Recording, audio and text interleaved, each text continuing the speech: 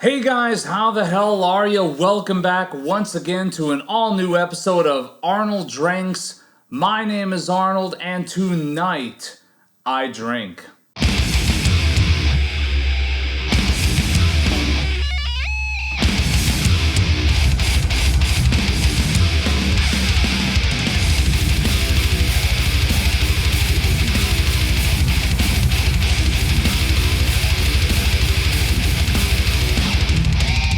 So tonight I am having Cracking Clapper barley wine with caramel, malt, and cascade hops out of Campanology Brewing out of Waunakee, Wisconsin. Wow, that's from up near Madison. Hey, cool. I like barley wines. I kind of feel like they tend to go one direction or another.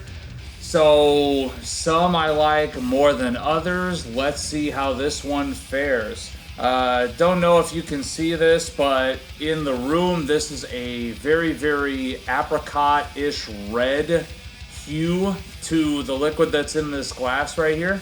It had a very long, lingering head when I poured it. This is a 9%er, by the way. Interesting. The aroma is somewhat clean, which doesn't exactly bode too well. Definitely getting a little bit of kind of a raisiny note out of that, which is not completely outside the realm of possibility when you're talking about a barley wine. I tend to get a lot of raisin notes out of barley wines. That's kind of on point.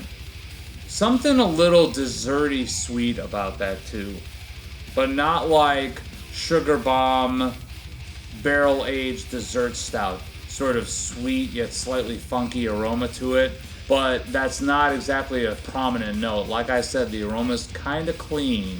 Let's go in. Something odd about that I'm unsure about. I don't even want to give you some first notes yet, because something about that is just hitting a kind of a weird way. Let's just go right back in. Okay, so I'm getting something that's a little bit of a funky raisin-ish kind of note that's in there. That is what I'm getting more than anything else. It actually says on the label here, notes of toffee, raisin, and grapefruit. I'm not really getting any sort of grapefruit whatsoever, unless you maybe want to talk about that sort of funk that's lingering with the raisin. I guess that could be kind of grapefruity. That's kind of a weird thing to mingle in there with that raisin note, though. It says notes of toffee. I'll be honest, I'm getting hardly any of that. There is a sort of toffee-ish sweetness just kind of hovering there, but that dried raisin note is really the most present. Let's go in again.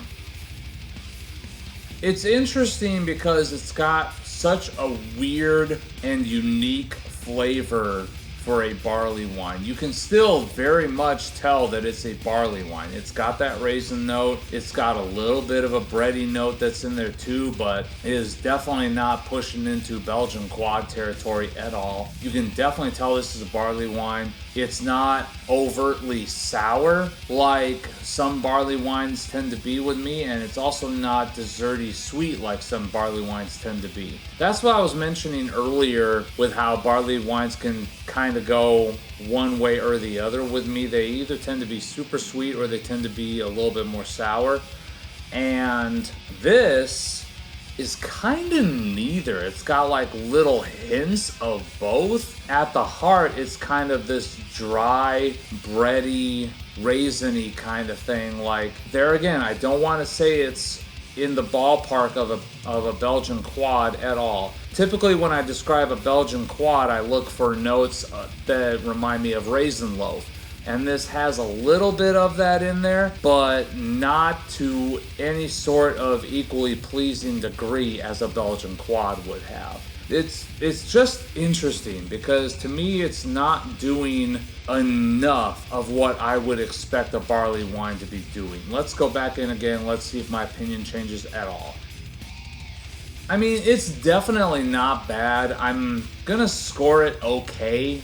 on Untapped later, but this is not like 4 out of 5 by any stretch. This is a solid pour, but it's missing something. It's lacking, especially for the style. Something is just not where it needs to be with that, and it's giving me a unique experience, but not in a very pleasing way.